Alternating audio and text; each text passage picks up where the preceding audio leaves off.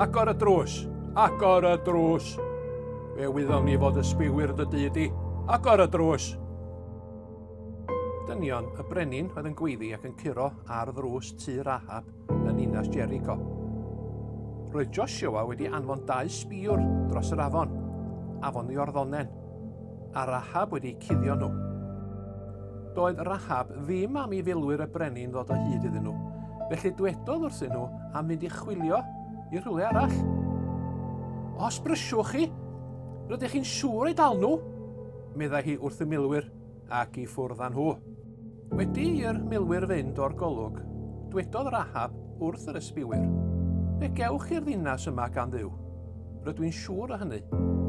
A phan ddewch chi yma, rydw i am i chi addo bod yn garedig wrth yn nheulu, fel rydw i wedi bod yn garedig wrth i chi." "Rydyn ni'n addo," meddai'r ddau wrthi.